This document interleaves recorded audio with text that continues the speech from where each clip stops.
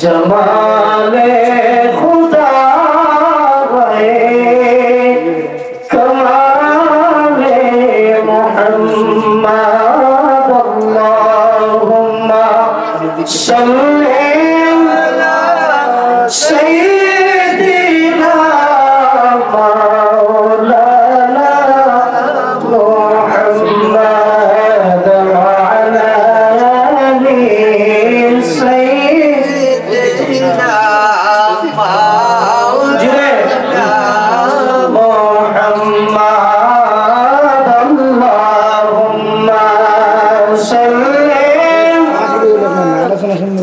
सय्यिदिना मौलाना मुहम्मद व अला आलिहि सय्यिदिना मौलाना मुहम्मद अंधকার খবরের মাঝে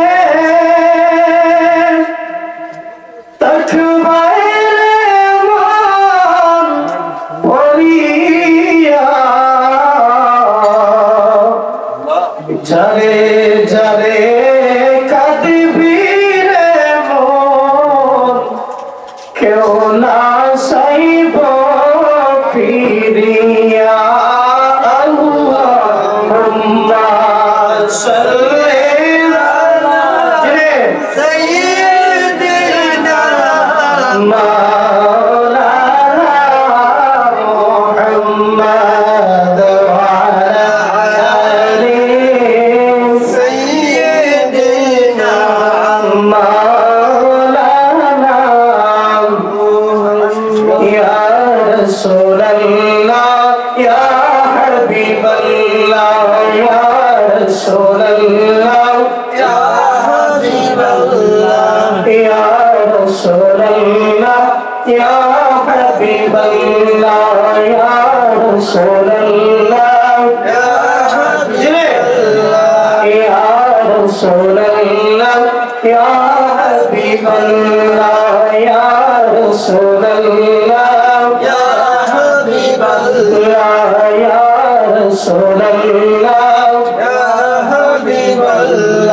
শুনেছি হাদিসে দেখিলে আপনাকে জীবনের গুনাহ জড়িয়ে পড়ে শুনেছি হাদিসে দেখিলে আপনাকে জীবনের গুনাহ জড়িয়ে পড়ে দিও গো দেখা দয়া করিয়া দিও গো দেখা দয়া করিয়া ইয়া রাসূলুল্লাহ ইয়া হাবিবাল্লাহ ইয়া রাসূলুল্লাহ ইয়া হাবিবাল্লাহ ইয়া রাসূলুল্লাহ ইয়া হাবিবাল্লাহ ইয়া রাসূলুল্লাহ ইয়া হাবিবাল্লাহ গোসল করাইয়া কাফন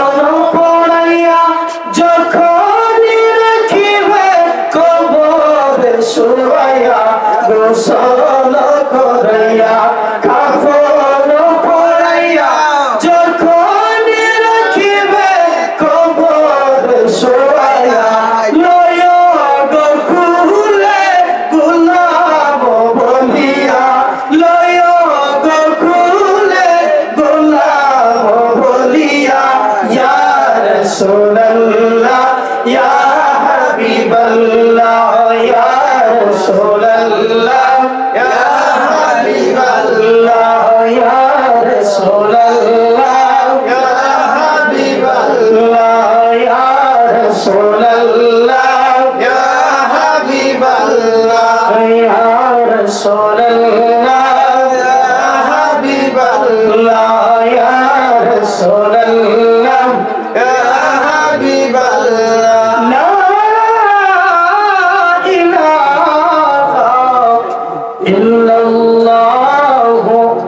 মুহাম্মাদুর রাসূলুল্লাহ সাল্লাল্লাহু আলাইহি ওয়াসাল্লাম।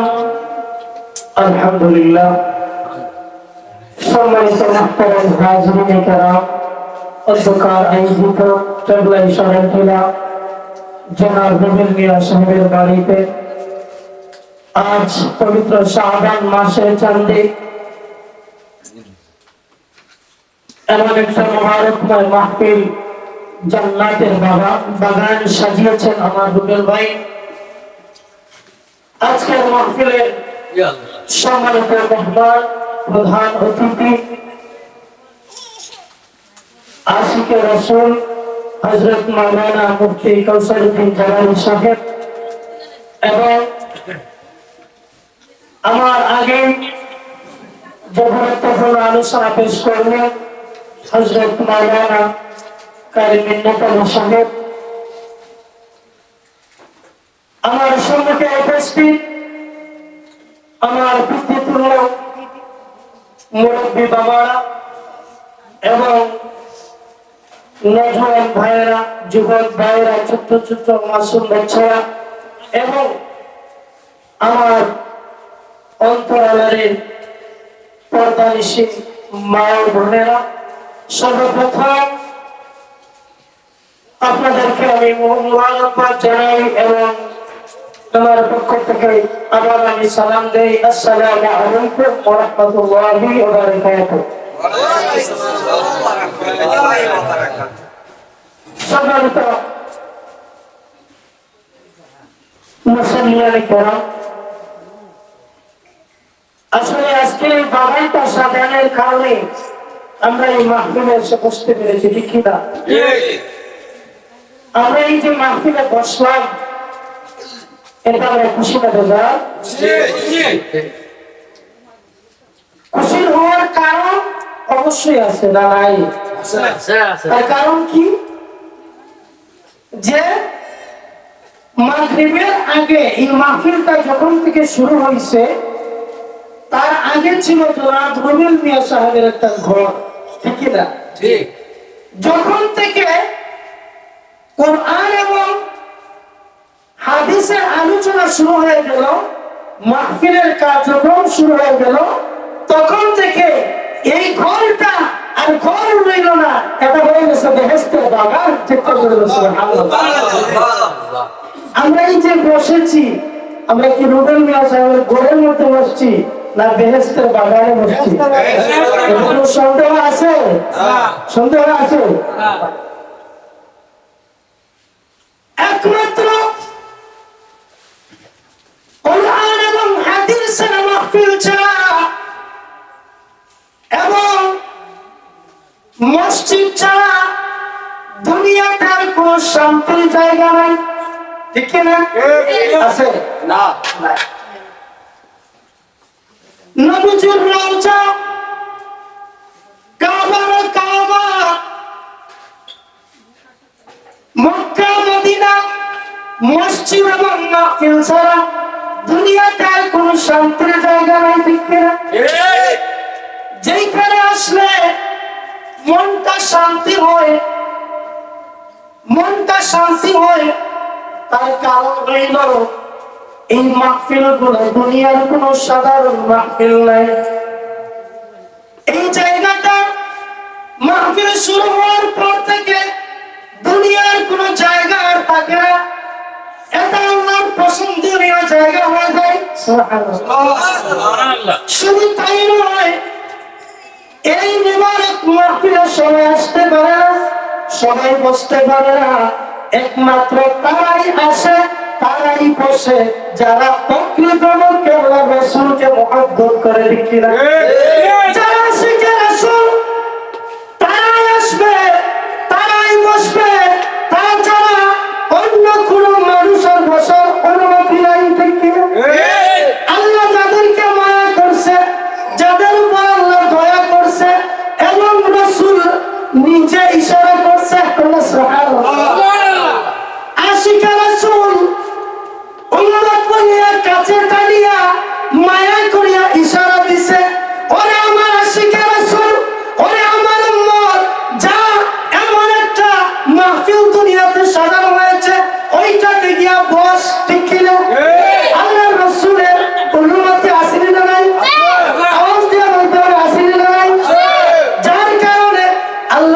রাসূলের মহব্বতে আমরা এই মাহফিলে এসেছি এবং বসেছি, ঠিক কিনা? প্যারা হাজিরিন, এই মাহফিলে আমরা সবাই গুনাহ নিয়ে এসেছি, ঠিক কিনা? না কেউ পবিত্র হয়ে আসছি? পবিত্র হয়েছি, এটা আমাদের শরীয়তি পবিত্র, কিন্তু আমরা তরিকত ভাবে পবিত্র হয়ে এই জায়গায় আসি নাই, ঠিক কিনা? কারণ হইল আমরা অজু করে আসছি, পবিত্র, আমাদের দেহটা পবিত্র, কিন্তু আমাদের অন্তরটা এখনো পবিত্র করতে পারি নাই, ঠিক কিনা? এখন অন্তরটা পবিত্র করতে পারি নাই, কলমটা এখনো পরিষ্কার করতে পারি নাই, কলমের মধ্যে জঞ্জাল হয়ে গেছে, কলমের মধ্যে গুনাহে ভরপুর হয়ে আছে, ঠিক কিনা? যার জন্য আমাদের এই দেহটাকে, এই কলমটাকে আমরা কখনো বলতে পারবো না যে পবিত্র কলম নিয়ে, পবিত্র দেহ নিয়ে মজলিসে এসেছি, পারবো বলতে? কখনো পারবো না। আমরা গুনাহ নিয়ে এসেছি এই মাহফিল থেকে। এখন আমাদের করণীয় হইল, গুনাহটা কি আমরা নিয়ে যাব বাড়িতে, না এই জায়গা থেকে গুনাহটা মাফ করে যাব? আওয়াজ দিয়ে বলতে হবে কোনটা? যদি এটাই দিলের মধ্যে থাকে, ওয়াল্লাহি আল্লাহর কসম দিয়ে বললাম, আল্লাহর রাসূলের কসম দিয়ে বললাম, যদি এই নিয়তে আমরা এই মাহফিলে যদি এসে থাকি, আল্লাহর কসম দিয়ে বললাম, ও আমার বন্ধুরা, বাবাজিরা, আমার অন্তরে বিশ্বাস রাখবেন যে এই মাহফিলের উসিলায়, আজকে মাহফিলে বসার খাতিরে আপনার আমার গুনাহ আল্লাহ মাফ করে দিবে। আমার বন্ধুরা, আমার এরকম মাহফিলে সবাই আসে না, যারাই আসে, যে নিয়তে আসে, ওই তার নিয়ত অনুযায়ী তার কর্মফল পায়, ঠিক কিনা? একটা হাদিস আমি বলি, আমাদের আদি পিতা আদম আলাইহিস সালাতু ওয়াস সালাম, ঠিক কিনা? ঠিক। আদি পিতা আদম আলাইহিস সালাতু ওয়াস সালাম যখন আল্লাহ এই পৃথিবীর জমিনে পাঠাইছে, আদম নবী দুনিয়াতে আসার পরে সবাই, কুল কায়নাত, পশু পাখি, জঙ্গলের হরিণী, বাঘ ভাল্লুক, সকল জীবজন্তু সবাই এই আগমনের কথাটা শুনছে। যখন আল্লাহর পয়গম্বর এই মানব জাতির আদম, ঠিক কিনা? মানব জাতির আদম এই পৃথিবীর জমিনে যখন আসলেন, সবাই, সবার কানে আওয়াজটা চলে যায় যে আদম নবী আল্লাহর পয়গম্বর এই দুনিয়াতে পাঠাইছে। সবাই দেখার জন্য পাগল পাড়া যে মানব জাতির আদম, মানব জাতি প্রথম এই দুনিয়ার জমিনে আসছে, এর আগের কোন মানব এই দুনিয়ার জমিনে আসে নাই। সবার একটা দেখার আগ্রহ আছে না নাই? আওয়াজ দিয়ে বলতে আছে না নাই? আছে। ওই বনের জঙ্গল আর হরিণীগুলো আল্লাহর পয়গম্বর আদম নবীকে দেখার জন্য যায়, সুবহানাল্লাহ। কিন্তু তাদের নিয়ত ছিল যে আল্লাহ সর্বপ্রথম এই পৃথিবীর জমিনে মানব আদম জাতি পাঠাইছে, আদমকে পাঠাইছে, সুবহানাল্লাহ। তাকে তো অবশ্যই দেখা লাগে, অবশ্যই আমরা দেখতে যাব তিনি কেমন নবী, তিনি কেমন পয়গম্বর, তিনি কেমন মানব, কেমন আদম, ঠিক কিনা? এই আগ্রহ নিয়ে তারা যায় নবীর দরবারে। নবীর দরবারে যাওয়ার পরে নবীজিকে সালাম দেয়, আসসালামু আলাইকুম ইয়া আদম, কন্যা সুবহানাল্লাহ। নবীজি সালামের জবাব দেয় আদম নবী। তারপরে ওই হরিণীগুলো আদম নবীকে মন ভরিয়া দেখে যে মানব জাতির প্রথম আদম নবী এই পৃথিবীর জমিনে আগমন করেছে। দেখে তাদের মনটা ভরে যায় যে এত সুন্দর মানব আমি আর এই দুনিয়ার জমিনে আমরা আর কাউকে দেখি না। আদম নবীকে দেখে হরিণগুলো আছে। ওই আদম নবী হরিণগুলোর পেটের মধ্যে হাত দিয়া আদম নবী আল্লাহর দরবারে দোয়া করে দেয়। সুবহানাল্লাহ। আদম নবী হরিণের পিতার মধ্যে হাত দিয়া দোয়া করে দেয় যে তা যাও, তোমরা এসেছো, আমাকে দেখেছো, আমিও তোমাদেরকে দেখলাম, তোমাদের জন্য আমি দোয়া করে দিলাম। সুবহানাল্লাহ। এই দোয়া নিয়ে ওই হরিণীগুলো জঙ্গলের দিকে চলে যায়। ওই হরিণীগুলো যে রাস্তা দিয়া যায়, আদম নবী যে হাত বুলাইছে, হাত বুলানির পর থেকেই যেই রাস্তা দিয়ে যায়, ওই রাস্তা দিয়ে শুধু সুগন্ধি আর সুগন্ধি।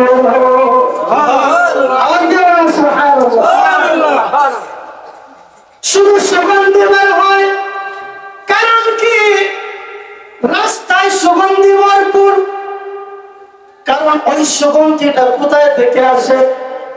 অন্যান্য জঙ্গলের হরিণীগুলো তালাশ করে দেখে যে নবীজিকে দেখে আসার পর থেকে ওই হরিণীগুলোর কাছ থেকেই এত সুগন্ধি বের হয়। তাদের মনের ভিতরে আক্ষেপ করলো যে এত সুগন্ধি তো আমরা দুনিয়াতে কোথাও পাই নাই। আমরা যাই আদম নবীর কাছ থেকে আমরাও সুগন্ধি নিয়ে আসবো। তারা মনের ভিতরে আক্ষেপ করিয়া যায়, আশা করিয়া যায় যে তারাও নবীজিকে দেখবে, দেখার পরে সুগন্ধি নিয়ে আসবে। এখন কথা হইল, এই জায়গার মধ্যে দুইটা প্রশ্ন বাহির হয়েছে। একটা প্রশ্ন হইল, আগে যে দল হরিণের দলগুলো নবীজির কাছে গেছিল, ওরা কি নবীজির কাছ থেকে ঘ্রাণ পাওয়ার লাইগা গেছিল? আওয়াজ দেন। নবীজির কাছ থেকে ঘ্রাণ পাওয়ার জন্য যায় নাই। কিন্তু এই যে পরে যে দলটা হরিণ যাবে, পরে যে দলটা যাবে আল্লাহ নবীর দরবারে, তাদের মনে একদম ছিল যে আমরাও যদি যাই তাহলে হয়তো আমরাও সুঘ্রাণ পাইতে পারি। মানে আশা জাগে কি জাগে না? জাগে। এখন কথা হচ্ছে তাদের নিয়োগ কয়টা? এই দুই দলের নিয়োগটা কয়টা হচ্ছে? দুইটা। পরের দলের নিয়োগ ছিল যে আমরা আদম নবীকে দেখবো এবং আমরা আদম নবীর কাছ থেকে ঘ্রাণ নিয়ে আসবো। ঠিক তারা আদম নবীর দরবারে হাজিরা দেয়। আদম নবীও আগের হরিণদের মতো ওই হরিণকেও হাত বুলাইয়া দেয়। তারাও আল্লাহ নবীর কাছ থেকে দোয়া নিয়ে আসে। তাদের জন্য নবী দোয়া করিয়া দিছে, হাত বুলাইয়া দিছে। কিন্তু তারা রাস্তা দিয়া যায়, তাদের কাছ থেকে কোনো ঘ্রাণ বাইর হয় না।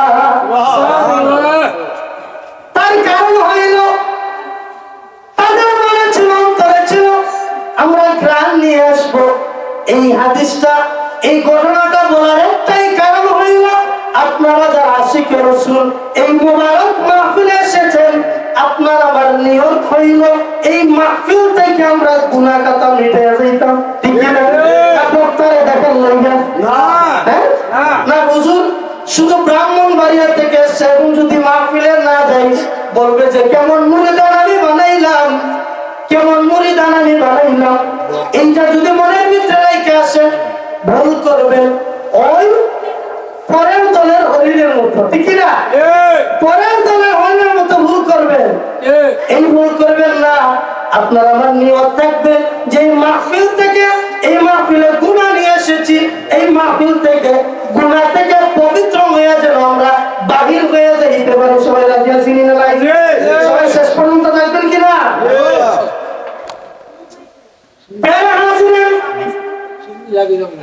এখন আপনাদের সম্মুখে আমি একটা আয়াতে কারিমা তেলাওয়াত করেছিলাম, ইয়া আইয়ুহাল্লাযীনা আমানু তাকুল্লাহ। আমার আল্লাহ ডাক দিয়া বলতেছে, হে ঈমানদারগণ। কারে ডাক দিয়া বলতেছে? ঈমানদার। ইমানদারের লেখা আমরা ইমানদার না বেঈমান? আমরা ইমানদার। আমরা ইমানদার দাবি করি, কিন্তু প্রকৃত ইমানদার আমরা না। প্রকৃত ইমানদার আমরা এখনো হতে পারি নাই। যদি প্রকৃত পক্ষে আমরা ইমানদার হইতাম, তাহলে অবশ্যই অবশ্যই আমরা তওবাকারীদের অন্তর্ভুক্ত হইতাম। অবশ্যই আমরা তওবাকারীদের অন্তর্ভুক্ত হইতাম। আমরা ইবাদতকারীদের অন্তর্ভুক্ত হইতাম।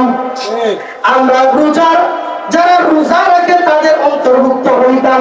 যারা রুকু করে রুকুকারীদের অন্তর্ভুক্ত হইতাম। যারা সিজদা করে সিজদাকারীদের সাথে অন্তর্ভুক্ত হইতাম। ঠিক কি না? হইল আমরা প্রকৃতপক্ষে এখনো ইমানদার হতে পারি নাই। আমরা প্রকৃতপক্ষে এখনো তওবা করতে পারি নাই। যারা প্রকৃতপক্ষে তওবা করছে তাদের মধ্যে উত্তম গুণ হইল আত-তাইবুনাল আবিদুনাল হামিদুনাস সাইহুন সাইহুনার রাকিউনাস সাজিদুনাল আমিলুনা বিল মা'রুফ ওয়া সুবহানাল্লাহ। মুমিনের উত্তম গুণ হচ্ছে যারা তওবা করবে। মুমিনের এক নম্বর গুণ কি? তারা তওবা করবে। আর যারা তওবা করবে, যাদের ভিতরে উত্তম গুণ থাকবে, তাদের জন্য আমার আল্লাহ সূরা তাওবার মধ্যে এই আয়াতটা নাযিল করেছেন। সুবহানাল্লাহ। আত-তাইবুনাল আবিদুনাল হামিদুনাস সাইহুন আর-রাকিউনাস সাজিদুনাল আমিলুনা বিল মা'রুফ। প্রিয় হাজিরিন, আমি যে আয়াতে কারিমা তেলাওয়াত করেছিলাম, ইয়া আইয়ুহাল্লাযীনা আমানুত্তাকুল্লাহ, আমার আল্লাহ ইমানদারদেরকে ডাক দিয়ে বলে, ও আমার বান্দারা যারা ঈমান এনেছো, যারা ঈমান এনেছো, আমানুত্তাকুল্লাহ, তোমরা শুধু আল্লাহরে ভয় করো। তোমরা আল্লাহরে ভয় করো। যারা ঈমান এনেছো, যারা ঈমানদার দাবি করো। সুবহানাল্লাহ। ইয়া আইয়ুহাল্লাযীনা আমানুত্তাকুল্লাহ, আমার আল্লাহ ডাক দিয়া বলছে তোমরা যারা ঈমান এনেছো, তোমরা আল্লাহরে ভয় করো এবং ওয়াহতাদু সাওয়াআস সাবিল, ওয়াহতাদু, তোমরা সোজা পথ অবলম্বন করো। সুবহানাল্লাহ। যারা ঈমান এনেছো, আল্লাহরে ভয় করছো, তোমরা সোজা পথ অবলম্বন করো। ওয়াহতাদু সাওয়াআস সাবিল, তার মানে হলো হেদায়েতের পথ। কার পথ? হেদায়েতের পথ তোমরা অনুসরণ করো। এখন আপনারাই বলেন, আমরা যারা মুসলমান দাবি করি, আমরা যারা ঈমানদার দাবি করি, আমরা কি সোজা পথে চলি না বাঁকা পথে চলি? আওয়াজ দেন। বেহা পথে চলি। ডান দিকে যাইতে চাইলে যাই বাউ দিকে। ঠিক কিনা? যে যার কথা হইল আমাদের যাওয়ার কথা মসজিদে, আমরা যাই মন্দিরে। ঠিক কিনা?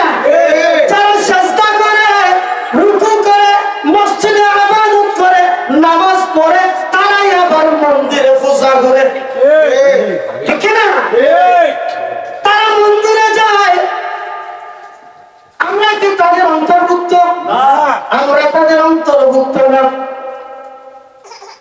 এখন কথা হচ্ছে আমাদের মাঝে আমরা সবাই, কেউ কম নয় কেউ বেশিও নয়, কম বেশি সবাই আছে। আমরা সোজা পথে চলতে চাই না। ঠিক না? সোজা পথে চলতে পারি না, শয়তান আমাদেরকে বাঁকা পথে নিয়ে যায়। ঠিক না? শয়তান পিছন দিয়ে গেলি ঠেলে যে ভালো কাজে যাইস না।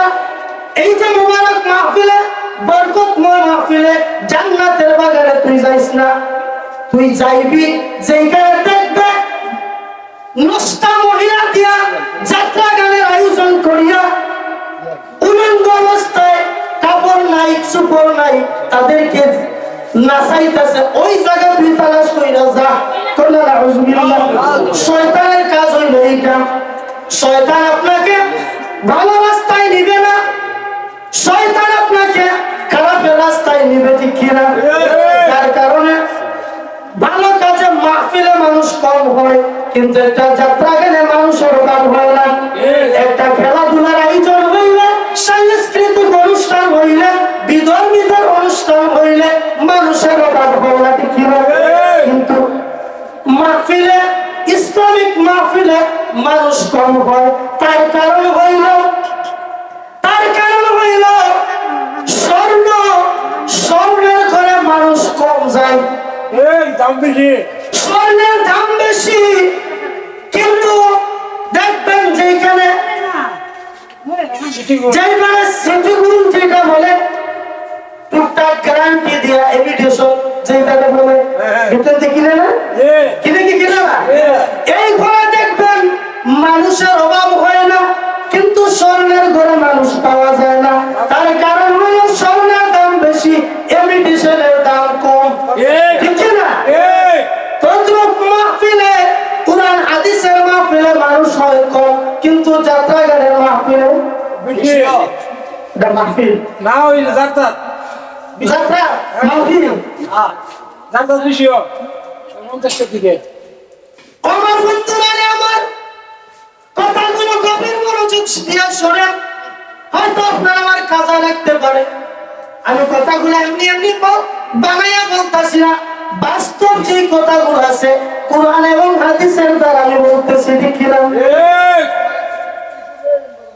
আমার আল্লাহ বলছে ওয়াহতাদু সাওয়া'আস সাবিল, ও আমার ইমানদার বান্দারা, তোমরা আমাকে ভয় করো এবং সোজা পথ অবলম্বন করো। কিন্তু আমরা আল্লাহর গোলাম, আল্লাহর বান্দা, রাসূলের উম্মত, চলি পাকা পথে, ঠিক কিনা? এখন কথা হইল আমাদের সোজা পথ হওয়ার দরকার আছে না নাই? কে সোজা পথে আজকে থেকে এবার হাত তুলে নারায়ে তাকবীর, নারায়ে রিসালাত, আহলে সুন্নাত ওয়াল জামাত। আল্লাহ কবুল করুন, সকলে বলে আমিন। আপনাদের জন্য আমি প্রাণ ভরে মন থেকে দোয়া করব যেন আপনাদেরকে আল্লাহ হেদায়েত নসিব করে সোজা পথে যেন আল্লাহ চলার তৌফিক দেয়, সকলে বলি আমিন। প্রিয় হাজিরিন, আমার আল্লাহ কোরআনুল কারীমের মধ্যে একটা সূরা নাযিল করেছে, যেই সূরার নাম হচ্ছে সূরাতুল আসর, ঠিক কি না? সূরাতুল আসর। আমার আল্লাহ ডাক দিয়ে বলে ওয়াল আসর, আল্লাহু আকবার। আচ্ছা বলেন তো, আল্লাহর কি কসম খাওয়ার দরকার আছে? না। আমরা কসম খাই আল্লাহরে দিয়া, নবীরে দিয়া কসম খাই, মারে দিয়া কসম খাই, বাপরে দিয়া কসম খাই, ঠিক কি না? কোরআন শরীফে দিয়া কসম খাই, খাই কি খাই না? কিন্তু আমার আল্লাহর কি কসম খাওয়ার দরকার আছে? না, দরকার নাই। তারপরে আমার আল্লাহ সময়ের কসম দিয়া বলে ওয়াল্লাহস, আল্লাহু আকবার। আল্লাহ সময়ের কসম দিয়া বলে ওয়াল্লাহস, ওয়াল আসরি ইন্নাল ইনসানা লাফি খুসর, ইন্নাল ইনসান, ইন্না নিশ্চয়, ইনসান মানুষ, ইন্নাল ইনসানা, ইনসান বলতে আল্লাহ কারে বোঝায়? কারে বোঝায়? মানুষরে বোঝায়। ইন্নাল ইনসানা লাফি খুসর, খুসর মানে হচ্ছে ক্ষতিগ্রস্ত। ক্ষতিগ্রস্ত। আমার আল্লাহ সময়ের শপথ দিয়া বলে ইন্না নিশ্চয়, ইন্নাল ইনসান মানুষ ক্ষতির মধ্যে পড়ে আছে, মানে ডুবে আছে। আমার আল্লাহ এটা বান্দা যে ক্ষতির মধ্যে ডুববে, এটা আমার আল্লাহ জানে কি জানে না?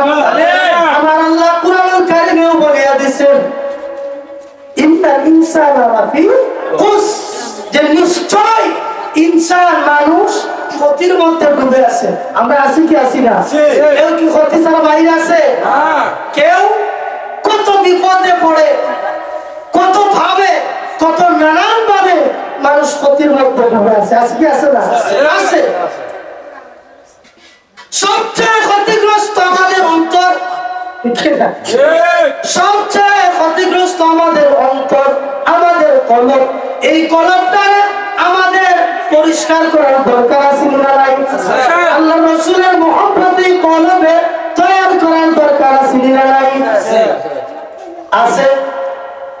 বন্ধুরা আমার, আমি আমি আপনাদের সম্মুখে একখানা আয়াতে কারিমা তেলাওয়াত করেছিলাম এবং একখানা হাদিসে কারিমা তেলাওয়াত করেছিলাম।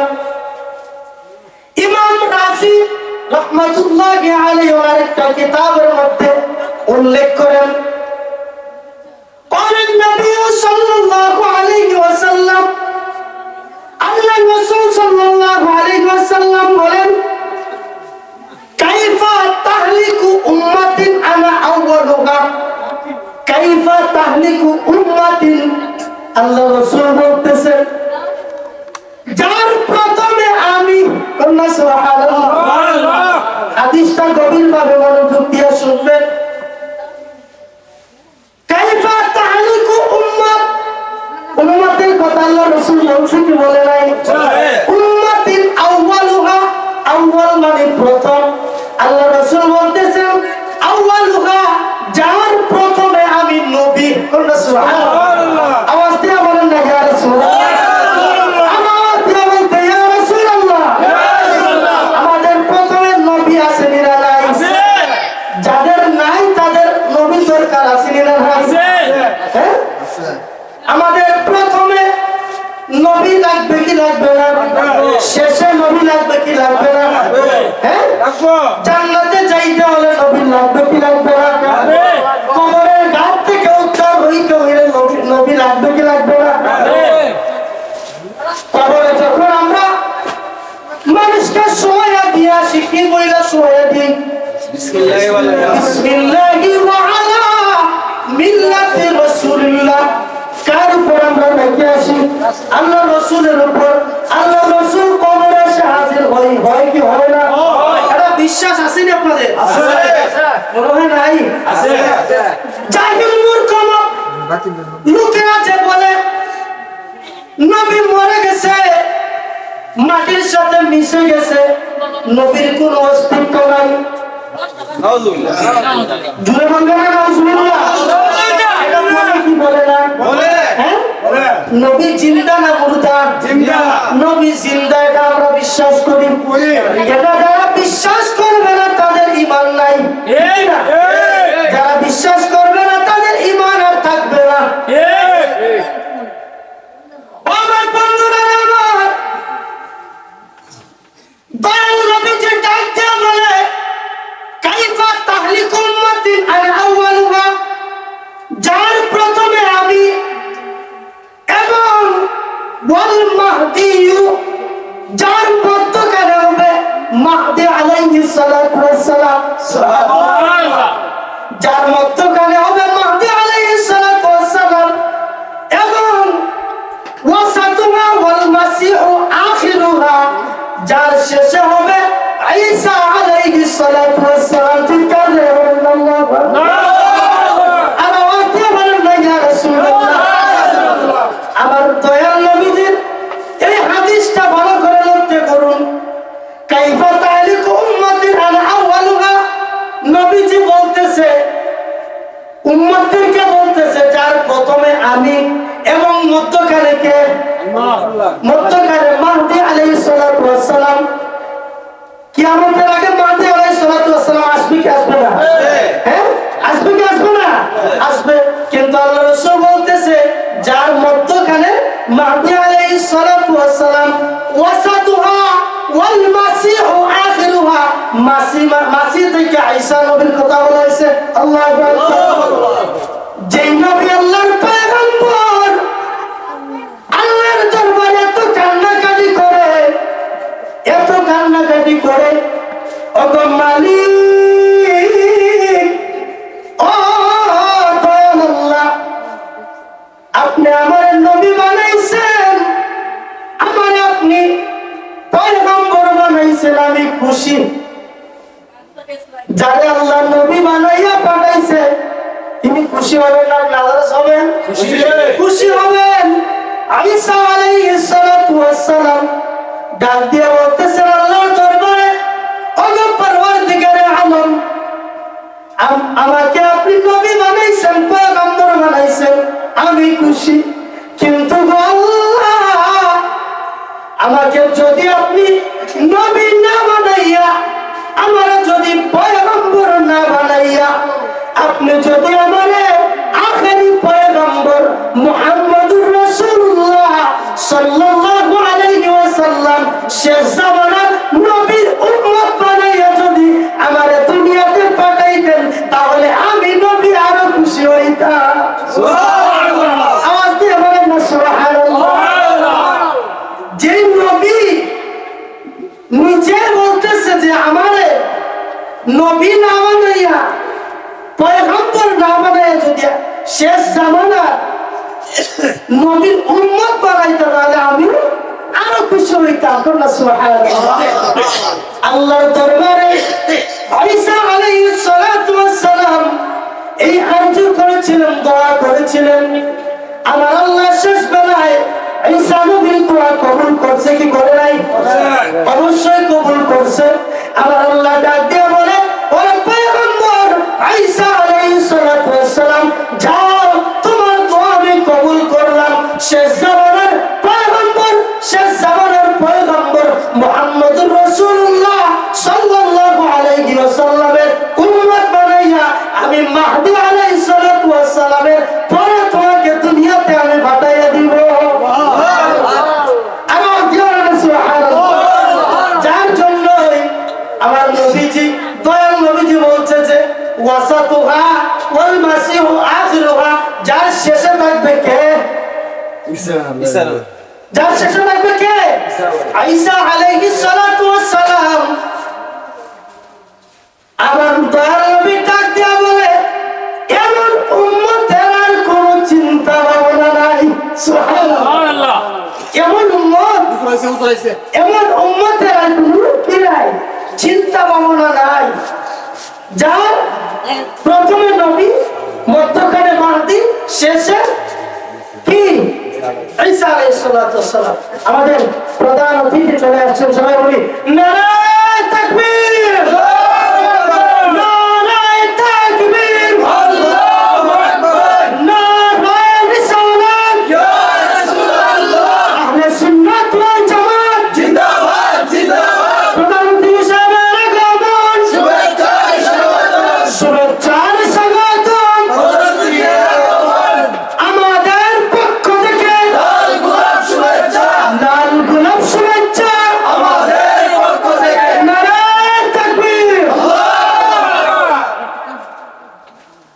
প্রিয় হাজিরিন, আমাদের আজকের মাহফিলের সম্মানিত প্রধান অতিথি মুফতি কাউসারউদ্দিন জালানী সাহেব চলে আসছেন।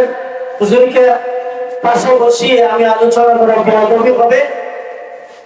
আশা করি আমি যেই কুরআন এবং হাদিস দিয়া যে কথাগুলো বললাম, আপনার কি খারাপ পাইছেন?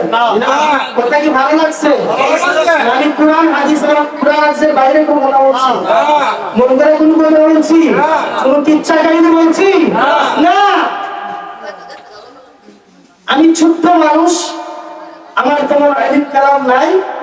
আপনাদের দয়া এবং ভালোবাসায় আপনাদেরকে সামনে রেখে আমি নারায়ণ ঘোড়া গাড়িতে আলোচনা করলাম। এর মধ্যে যে কবি হয়েছে আল্লাহ যেন ক্ষমার দৃষ্টি দিয়ে আল্লাহ যেন ক্ষমা করেন। আর এই আলোচনাগুলো যেন আমাদের প্রত্যেককে আমল করার তৌফিক দান করেন। শুকর বলে আমিন। আমার জন্য সবাই দোয়া করবেন। আসলে মাইক তোমার শুরু করছে, মাইক জানি না প্রধানমন্ত্রী সাহেব মাইক বরাদ্দ করে দিতে পারি না, কিন্তু আমরা দাদা আমাকে আগে শুরু করতো।